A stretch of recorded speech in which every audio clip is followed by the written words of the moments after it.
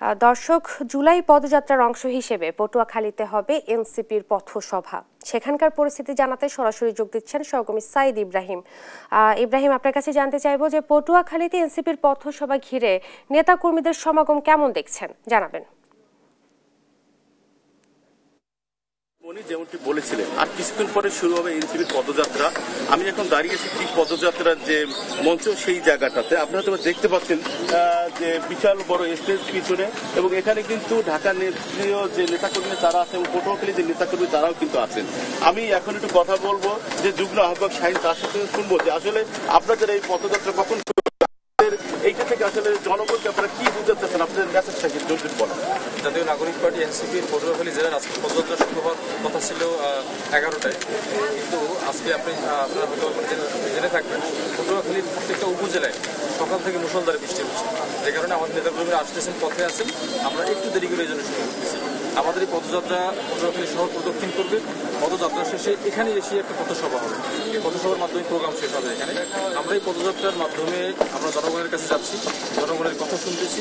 ছাত্র জনতা আমরা সবাই মিলে কিভাবে একটি ভালো বাংলাদেশ, একটি দুর্নীতিমুক্ত বাংলাদেশ, চাঁদামুক্ত বাংলাদেশ আমরা করতে পারি, সেই বিষয়ে আমরা চেষ্টা করতেছি।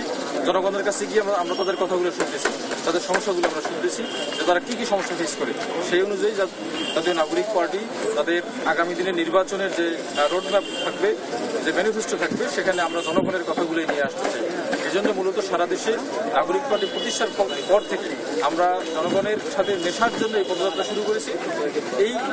এই জুলাই মাসে 64 জেলায় আমরা যাব সবার কাছে। এরপরে আমরা থানা, গ্রাম, শহরে সব জায়গায় আমরা আজকে পদযাত্রা কোন কোন সড়কগুলো আপনারা যাবেন বলে কি করেন?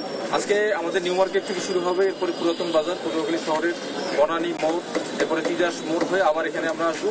এসে ফুল শহরের একটা বিশাল পার্ট আমাদের ঘোরা হয়ে যাবে এবং জনগণের কাছাকাছি যাওয়ার সুযোগ আছে এর মাধ্যমে। এরপরে এখানে এসে